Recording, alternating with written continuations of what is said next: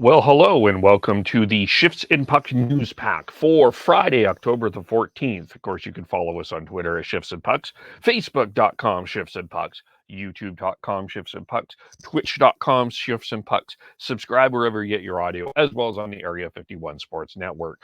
Dan Stevenson from Fireside Chat and I did a podcast last night discussing the Calgary Flames, the Nazem Kadri, Jonathan Huberdeau, and Mackenzie Weegar era has started. They come away with the win yesterday, 5-3 over the Colorado Avalanche.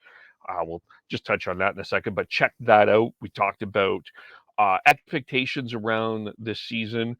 What the news of the day, of the week, Weegar signed, Sutter's extension, Valimaki acquired by the Coyotes through waivers. Who's going to be the first call up? And it's an interesting, very good podcast. Join us for that. And sort of the other thing that we talked about is ultimately where the Flames end up at the end of the season in terms of the playoffs. What is a success and what is a failure for the Flames this season? So check that out as well.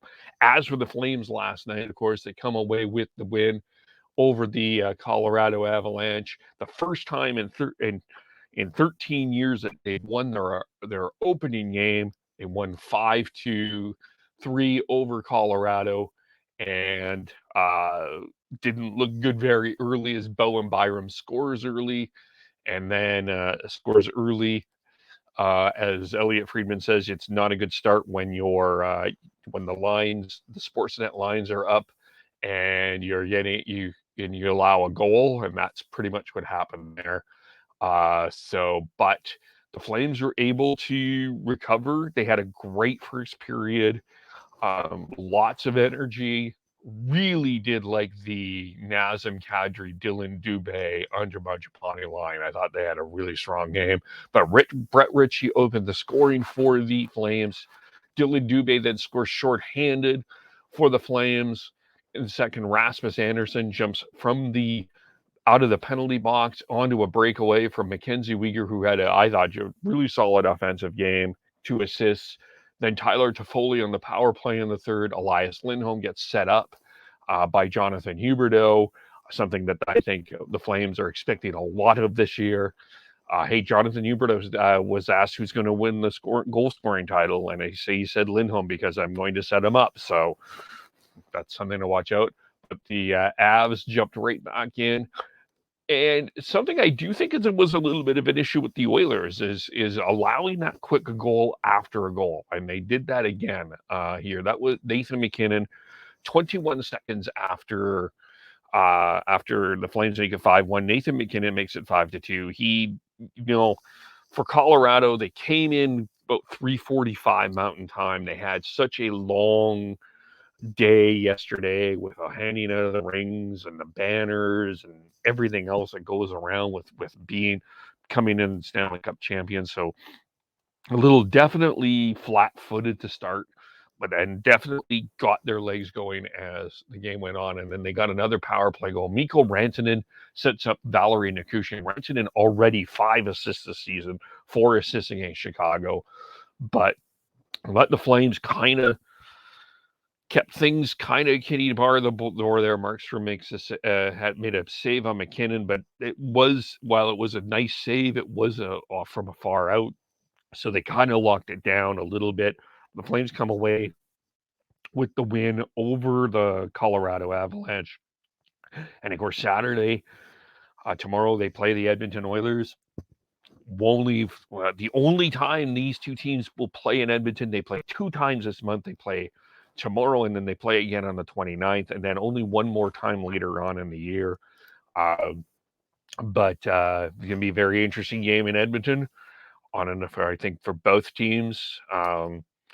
And so we will see here. So the Flames, of course, starting with Colorado, Edmonton, Vegas. I think probably a lot of people, there's probably at least most people think Colorado and Edmonton are part of the path to the Stanley Cup final. And I'm going to say, I think Vegas is going to might be another roadblock here. And, I mean, a lot of questions about the goaltender, but They look a lot more refreshed so far under Bruce Cassidy. I think Jack Eichel might be in the conversation for comeback player of the year.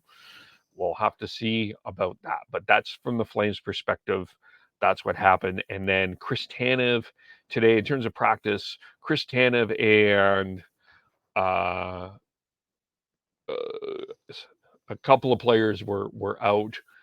Chris Tanev was one, and one other player was out. Let me just get that. Sorry, I had that in my list here. But maintenance day, nothing to worry about. By the way, I thought Markstrom, of course, he allows the goal, but I thought it was really solid overall as well. So it was Trevor Lewis and Chris Tanev. So they didn't skate today, but overall, you have to look at that. A good win for the Flames, good way to start, and more on that conversation going forward. As for the Canucks, they're setting up for the getting ready to play the Philadelphia Flyers, the second of their 5-game road trip. And the news out of Vancouver there that I think from Vancouver that I think is interesting, coming off, a tough loss against the Oilers. Let's just touch on that because we haven't had a chance to touch on that game on Wednesday. They have a great first period, really take the pace of play. A lot. Pettersson looked just Crosby-esque in terms of how he was moving, using the stick and the puck and all of that. Really thought the lines looked good. Really thought Kuzmenko looked good. And then they jump out to the 3-0 lead, and then there's the power play, the penalty to Pearson, and then the missed high stick from Kane on Quinn Hughes. And that's one turning point, and it was a missed call. But the other thing, and then I think the other part here was JT Miller gets a breakaway and Jack Campbell makes the save. I think that was, I would argue, a bigger turning point because you make it that point, you regain some momentum if they get that goal, and they didn't. The Oilers were able to fight back and tie the game, and then McDavid gets the hat trick. You allow a shorthanded goal. Your power play is 1 for 8. So just a lot of things to like and a lot of things to be concerned about. Um, not everyone is going to have a great game. There was a lot of heat on Bo Horvat. Listen, 9 times out of 10, when Bo Horvat is going, I think the Canucks have a better chance. They're going to be a better team.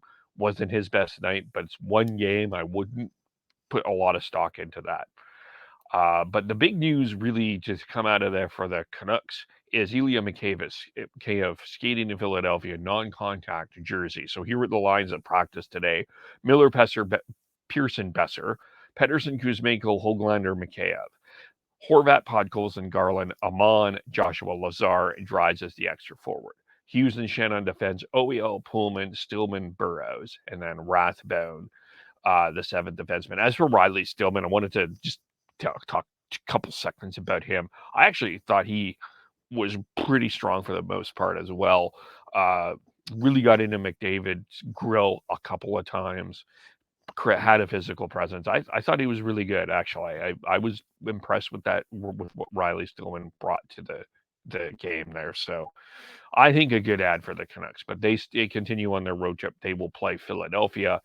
As for their lines, by the way, for the Flyers, if you're interested in that, Olivia Reiner, who covered the Flyers, no Ruotsalainen, no Atkinson, no Tippin. So it's Hayes, Lawton, Konecny, Cates, Farabee, and Allison. Frost, Renz, Riemsdyk, Lazinski, Cates, Deloriers, and Hodgson. And defense Provorov, D'Angelo, Sanheim, who got the extension, the Mackenzie Weegar extension yesterday, Braun, Zamula, and Sealer. The Flyers got off to a good start.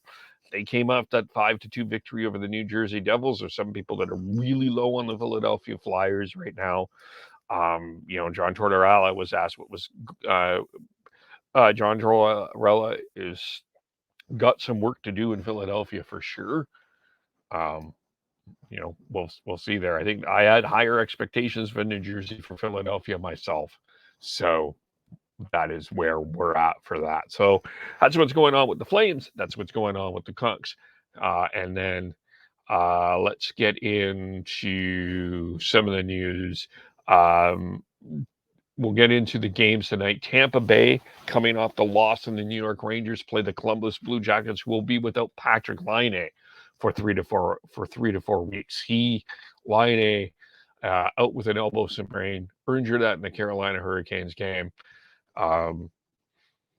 That's a setback. Had an opportunity to play with in my opinion, the best passer still in the National Hockey League, or one of the best in Johnny Gaudreau, whether you like him or not, as a flame leaving the Flames and how he handled that.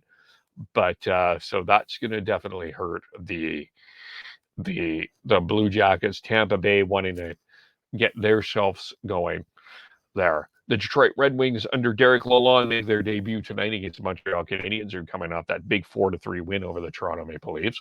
The Winnipeg Jets make their debut against Rick Bowness against the New York Rangers tonight. Rangers come in 2-0 here. And so we've got that here. So the Rangers are off to a great start. Jets, a lot of conversation around the Jets coming into this year, and because Blake Wheeler's no longer captain, what's going on? But we'll see. Yaroslav Halak is going to get the start for the Rangers tonight, and for the, you've got Cole Perfetti in the top six with Dubois and Wheeler there as well.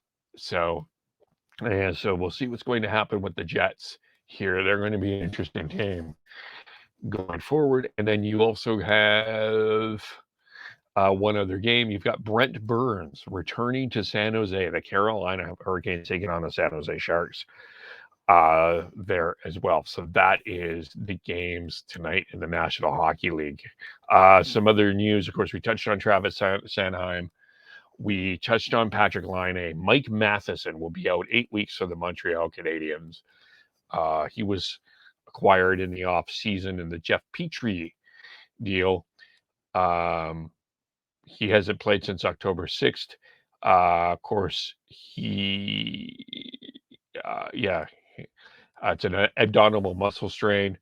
The Canadians have called up Corey Schooneman from Laval of the National Hockey of the AHL.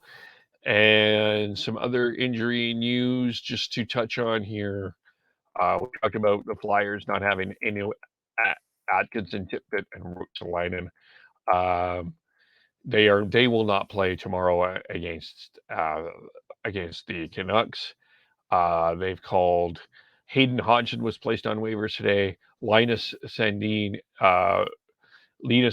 cleared waivers, and he's returned to Sweden for personal reasons as well. For the Blues, Alexei Torpchenko is picked up to play in their season opener tomorrow against the Blue Jackets. He was projected actually to be out since mid-December following shoulder surgery, so he's back. You've also got Nick Schmaltz will not play against the Bruins tomorrow as well. He has sustained an upper body injury in their loss to the Penguins yesterday. So that is that. Oh, and back to the Canucks. One more thing, of course, Kevin Bieksa will sign a 1-day contract and retire as a Vancouver Canuck officially. He, of course, was traded to Anaheim. That will be on November 3rd that will happen. And so it's going to be a celebration when the Canucks play the Anaheim Ducks. Of course, Bieksa wore number 3. And Bieksa says in a statement, "I am both honored and grateful to officially end my NHL career as a Vancouver Canuck. It was a privilege to start my career with this amazing organization in this incredible city with the best fans in the league. I am and always have been a Canuck at heart, and it's fitting I retire as one." And then one other story as well from the Edmonton Oilers here, of course, playing the Flames. They've been adding to their staff, and of course, Duncan Keith has joined the team in a in a player development consultant role. I think that was coming around here, as well as Milan. Of course, Keith retired last year, and Milan Tishy is now the director of amateur European scouting. The AHL opens tonight, and of course, we'll have they have 7, 8, 9, 10 games. The Abbotsford Canucks are in Ontario to play the Ontario Reign. They will. Chase Wouters has been named the captain, by the way, of the Abbotsford Canucks. You've got Belleville taking on Laval, San Diego taking on Grand Rapids, Syracuse taking on Cleveland, Hartford taking on Charlotte, and Bridgeport taking on Providence, Toronto, Rochester, San Jose, and Iowa, Colorado and Texas, and then Tucson taking on Henderson today. And for the Calgary Wranglers, they've made their announcements of who is going to be part of their leadership, captain, assistant captain, as well. And uh, so just to toss that here, Brett Sutter will be the captain. Matthew Phillips and Nick DeSimone will be the assistant captains there. And then we go over to the WHL. Tonight we have 7 games. We've got the Red Deer Rebels in action tonight. They will take on the Moose Jaw Warriors. You've got the Regina Pats in action tonight. Connor Bedard and Regina Pats taking on the Swift Current Broncos. You've got the Everett Silvertips taking on the Kelowna Rockets. You've got the Oil Kings in Seattle taking on the Thunderbirds. It's always nice to have these interdivisional matchups, by the way, that we did not have last year and the last 2 seasons. You've got the Medicine Hat Tigers and Gavin McKenna, by the way, taking on the Spokane Chiefs. Kamloops is in Tri-Cities, and you've got the Brandon Wheat Kings taking on the Vancouver Giants. And we haven't had a chance to touch on this yet, but in terms of standings right now, here in the WHL, just pulling that up here. One moment. Who's looking good? Western Conference. Portland's leading the way with a 6-0 record. Everett 5-1. Seattle 5-0. Winnipeg is 6-1 in the Eastern Conference. Red Deer 5-0 leading the way there as well. So that is what's going on there. That's what's going on with the WHL. Keeping you abreast of that as well. We'll also be adding we'll add OJHL and QHL as well. Eventually here, I'm going to add that to the news pack starting next week as well.